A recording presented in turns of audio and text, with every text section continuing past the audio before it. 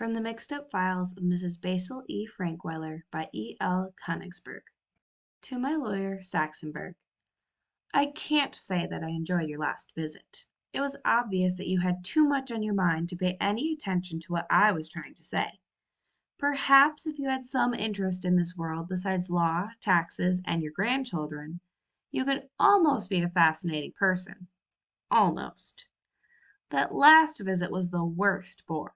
I won't risk another dull visit for a while, so I'm having Sheldon, my chauffeur, deliver this account to your home. I've written it to explain certain changes I want made in my last will and testament. You'll understand those changes and a lot of other things much better after reading it. I'm sending you a carbon copy. I'll keep the original in my files. I don't come in until much later, but never mind. You'll find enough to interest you until I do. You never knew that I could write this well, did you? Of course, you don't actually know it yet, but you soon will. I've spent a lot of time on this file. I listened, I investigated, and I fitted all the pieces together like a jigsaw puzzle. It leaves no doubts. Well, Saxonberg, read and discover. Mrs. Basil E. Frankweiler. Chapter 1. Claudia knew that she could never pull off the old-fashioned kind of running away. That is, running away in the heat of anger with a knapsack on her back. She didn't like discomfort. Even picnics were untidy and inconvenient, all those insects and the sun melting the icing on the cupcakes. Therefore, she decided that her leaving home would not just be running from somewhere, but would be running to somewhere. To a large place, a comfortable place, an indoor place, and preferably a beautiful place. And that's why she decided on the Metropolitan Museum of Art in New York City. She planned very carefully. She saved her allowance and chose her companion. She chose Jamie, the second youngest of her three younger brothers. He could be counted on to be quiet, and now and then he was good for a laugh. Besides, he was rich. Unlike most boys his age, he had never even begun collecting baseball cards. He saved almost every penny he got. But Claudia waited to tell Jamie that she had decided upon him. She couldn't count on him to be quiet for that long. And she calculated that needing that long to save her weekly allowances. It seemed senseless to run away without money. Living in the suburbs had taught her that everything costs. She had to save enough for train fare and a few expenses before she could tell Jamie or make final plans. In the meantime, she almost forgot why she was running away, but not entirely. Claudia knew that it had to do with injustice. She was the oldest child and the only girl, and was subject to a lot of injustice. Perhaps it was because she had to both empty the dishwasher and set the table on the same night while her brothers got out of everything. And perhaps there was another reason more clear to me than to Claudia. A reason that had to do with the sameness of each and every week. She was bored with simply being straight A's Claudia Kincaid. She was tired of arguing about whose turn it was to choose the Sunday night 7:30 television show, of injustice, and of the monotony of everything. The fact that her allowance was so small that it took her more than 3 weeks of skipping hot fudge sundaes to save enough for train fare was another example of injustice. Since you always drive to the city Saxonberg, you probably don't know the cost of train fare. I'll tell you. Full fare one way costs $1.60. Claudia and Jamie could each travel for half of that since she was 1 month under 12 and Jamie was well under 12, being only 9. Since she intended to return home after everyone had learned a lesson in Claudia appreciation, she had to save money for her return trip too, which was like full fare one way. Claudia knew that hundreds of people who lived in her town worked in offices in New York City and could afford to pay full fare both ways every day, like her father. After all, Greenwich was considered an actual suburb of New York, a commuting suburb. Even though Claudia knew that New York City was not far away, certainly not far enough to go considering the size and number of the injustices done to her, she knew that it was a place to get lost. Her mother's Mahjong Club ladies called it the city. Most of them never ventured there. It was exhausting, and it made them nervous. When she was in the fourth grade, her class had gone on a trip to visit historical places in Manhattan. Jonathan Richter's mother hadn't let him go for fear he'd get separated from the group and all the jostling that goes on in New York. Mrs. Richter, who was something of a character, had said that she was certain that he would come home lost, and she considered the air very bad for him to breathe. Claudia loved the city because it was elegant, it was important and busy, the best place in the world to hide. She studied maps and the tour guidebook of the American Automobile Association and reviewed every field trip her class had ever taken. She made a specialized geography course for herself. There were even some pamphlets about the museum around the house, which she quietly researched. Claudia also decided that she must get accustomed to giving up things. Learning to do without hot fudge sundaes was good practice for her. She made do with the good humor bars her mother always kept in the freezer. Normally, Claudia's hot fudge expenses were 40 cents per week. Before her decision to run away, deciding what to do with the 10 cents left over from her allowance had been the biggest adventure she had each week. Sometimes she didn't even have 10 cents, for she lost a nickel every time she broke one of the household rules, like forgetting to make her bed in the morning. She was certain that her allowance was the smallest in her class, and most of the other sixth graders never lost part of their pay, since they had full-time maids to do the chores instead of a cleaning lady only twice a week. Once after she had started saving, the drugstore had a special. Hot fudge, 27 cents, the sign in the window said. She bought one. It would postpone her running away only 27 cents worth. Besides, once she made up her mind to go, she enjoyed the planning almost as much as she enjoyed spending money. Planning long and well was one of her special talents. Jamie, the chosen brother, didn't even care for hot fudge sundaes, although he could have bought one at least every other week. A year and a half before, Jamie had made a big purchase.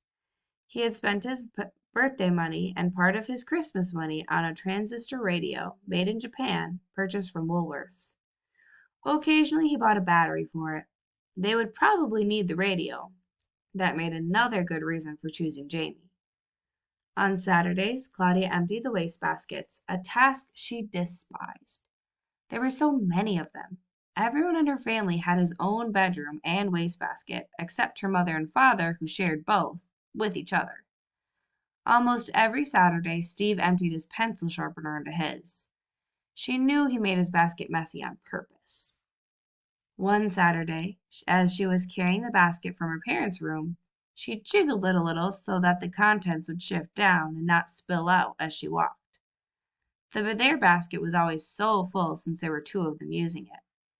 She managed to shift a shallow layer of Kleenex, which her mother had used for blotting lipstick, and thus exposed the corner of a red ticket. Using the tips of her forefinger and thumb like a pair of forceps, she pulled at it and discovered a 10-ride pass for New York, New Haven, and Hartford Railroad. Used train passes normally do not appear in suburban wastebaskets. They appear in the pockets of train conductors. 9 rides on a pass are marked off in little squares along the bottom edge, and they are punched one at a time as they are used. For the 10th ride, the conductor collects the pass. Their cleaning lady, who had come on Friday, must have thought that the pass was all used up, since rides 1 through 9 were already punched. The cleaning lady never went to New York, and Claudia's dad never kept close track of his pocket change or his train passes. Both she and Jamie could travel on the leftover pass, since 2 half fares equal 1 whole. Now they could board the train without having to purchase tickets. They would avoid the station master and any stupid questions he might ask.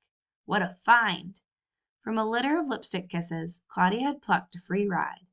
She regarded it as an invitation. They would leave on Wednesday. On Monday afternoon, Claudia told Jamie at the school bus stop that she wanted him to sit with her because she had something important to tell him.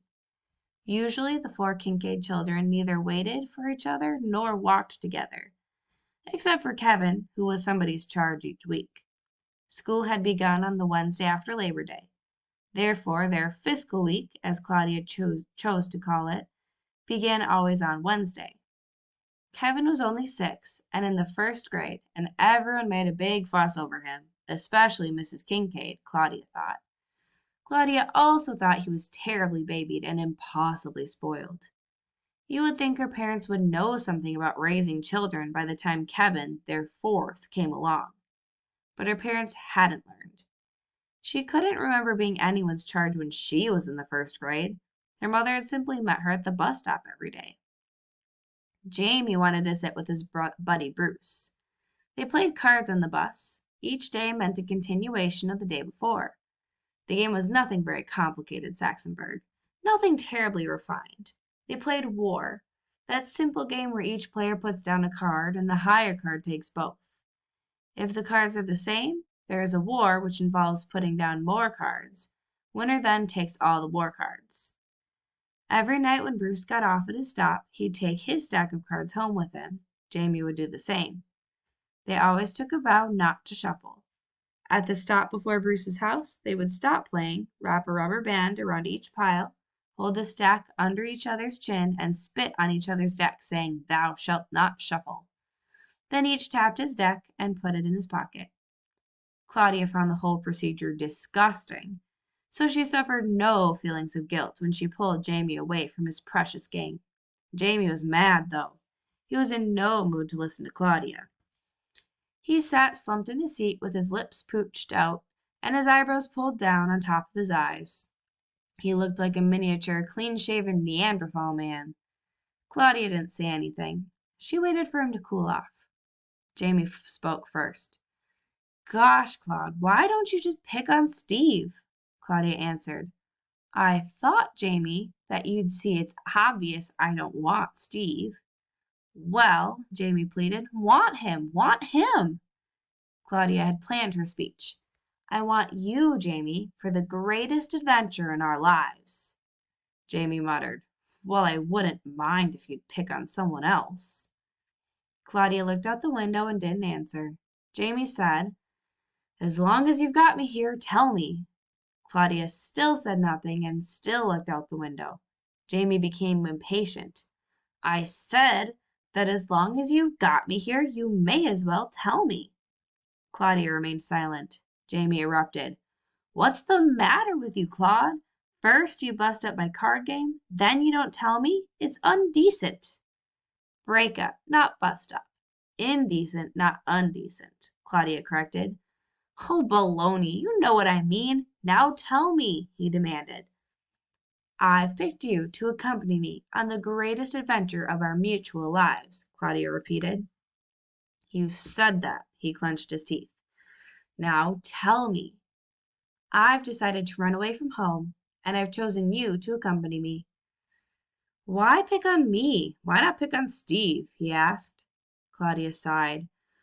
"I don't want Steve. Steve is one of the things in my life that I'm running away from. I want you." Despite himself, Jamie felt flattered. Flattery is as important a machine as the lever, isn't it, Saxonburg? Give it a proper place to rest, and it can move the world. It moved Jamie. He stopped thinking, "Why pick on me?" and started thinking, "I am chosen." He sat up in his seat, unzipped his jacket, put one foot up on the seat, placed his hands over his bent knee, and said out of the corner of his mouth, "Okay, Claude, when do we bust out of here? And how?" Claudia stifled the urge to correct his grammar again. "On Wednesday. Here's the plan. Listen carefully." Jamie squinted his eyes and said, "Make it complicated, Claude. I like complications." Claudia laughed. "It's got to be simple to work. We'll go on Wednesday because Wednesday is music lesson day. I'm taking my violin out of its case and am packing it full of clothes. You do the same with your trumpet case. Take as much clean underwear as possible and socks and at least one other shirt with you." "All in a trumpet case? I should have taken up the bass fiddle." "You can use some of the room in my case. Also use your book bag. Take your transistor radio." "Can I wear sneakers?" Jamie asked. Claudia answered, "Of course. Wearing shoes all the time is one of the tyrannies you'll escape by coming with me." Jamie smiled, and Claudia knew that now was the correct time to ask. She almost managed to sound casual. "And bring all your money." She cleared her throat. "By the way, how much money do you have?" Jamie put his foot back down on the floor, looked out the window, and said, "Why do you want to know?" "For goodness sake, Jamie, if we're in this together, then we're together. I've got to know. How much do you have?" "Can I trust you not to talk?" he asked. Claudia was getting mad. "Did I ask you if I could trust you not to talk?" She clamped her mouth shut and let out twin whiffs of air through her nostrils. Had she done it any harder or any louder, it would have been called a snort. "Well, you see, Claude," Jamie whispered, "I have quite a lot of money." Claudia thought that old Jamie would end up being a business tycoon some day, or at least a tax attorney like their grandfather. She said nothing to Jamie. Jamie continued, "Claude, don't tell Mom or Dad, but I gamble. I play those card games with Bruce for money. Every Friday we count our cards and he pays me. 2 cents for every card I have more than he has, and 5 cents for every ace. And I always have more cards than he has, and at least one more ace." Claudia lost all patience. "Tell me how much you have. $4? 5? How much?" Jamie nuzzled himself further into the corner of the bus seat and sang, $24.43. Claudia gasped, and Jamie, enjoying her reaction, added, "Hang around until Friday, and I'll make it 25 even." "How can you do that? Your allowance is only 25 cents. 24.43 plus 25 cents makes only $24.68. Details never escaped Claudia. "I'll win the rest from Bruce." "Come on now, James. How can you know on Monday that you'll win on Friday?" "I just know that I will," he answered. "How do you know?" "I'll never tell." He looked straight at Claudia to see her reaction. She looked puzzled. He smiled, and so did she, for she then felt more certain than ever that she had chosen the correct brother for a partner in escape. They complemented each other perfectly. She was cautious about everything but money, and poor. He was adventurous about everything but money, and rich. More than $24. That would be quite a nice boodle to put in their knapsacks if they were using knapsacks instead of instrument cases. She already had $4.18. They would escape in comfort. Jamie waited while she thought. "Well, what do you say? Want to wait till Friday?" Claudia hesitated only a minute before deciding. "No, we have to go on Wednesday. I'll write you full details of my plan. You must show the plan to no one. Memorize all the details, then destroy my note." "Do I have to eat it?" Jamie asked. "Tearing it up and putting it in the trash would be much simpler. No one in our family but me ever goes through the trash. And I only do it if it's not sloppy and not full of pencil sharpener shavings or ashes." "I'll eat it. I like complications," Jamie said. "You must also like wood pulp," Claudia said. "That's what paper is made of, you know." I know," Jamie answered. They spoke no more until they got off the bus at their stop. Steve got off the bus after Jamie and Claudia. Steve yelled, "Claude, Claude, it's your turn to take Kevin. I'll tell Mom if you forget." Claudia, who had been walking up ahead with Jamie, stopped short, ran back, grabbed Kevin's hand, and started retracing her steps, pulling him along the side and slightly behind. "I want to walk with Steve," Kevin cried. "That would be just fine with me, Kevin Brett," Claudia answered. "But today you happen to be my responsibility." "Whose sponsibility am I next?" he asked. "Wednesday starts Steve's turn," Claudia answered. "I wish it could be Steve's turn every week," Kevin whined. "You may just get your wish." Kevin never realized then or ever that he had been given a clue, and he pouted all the way home.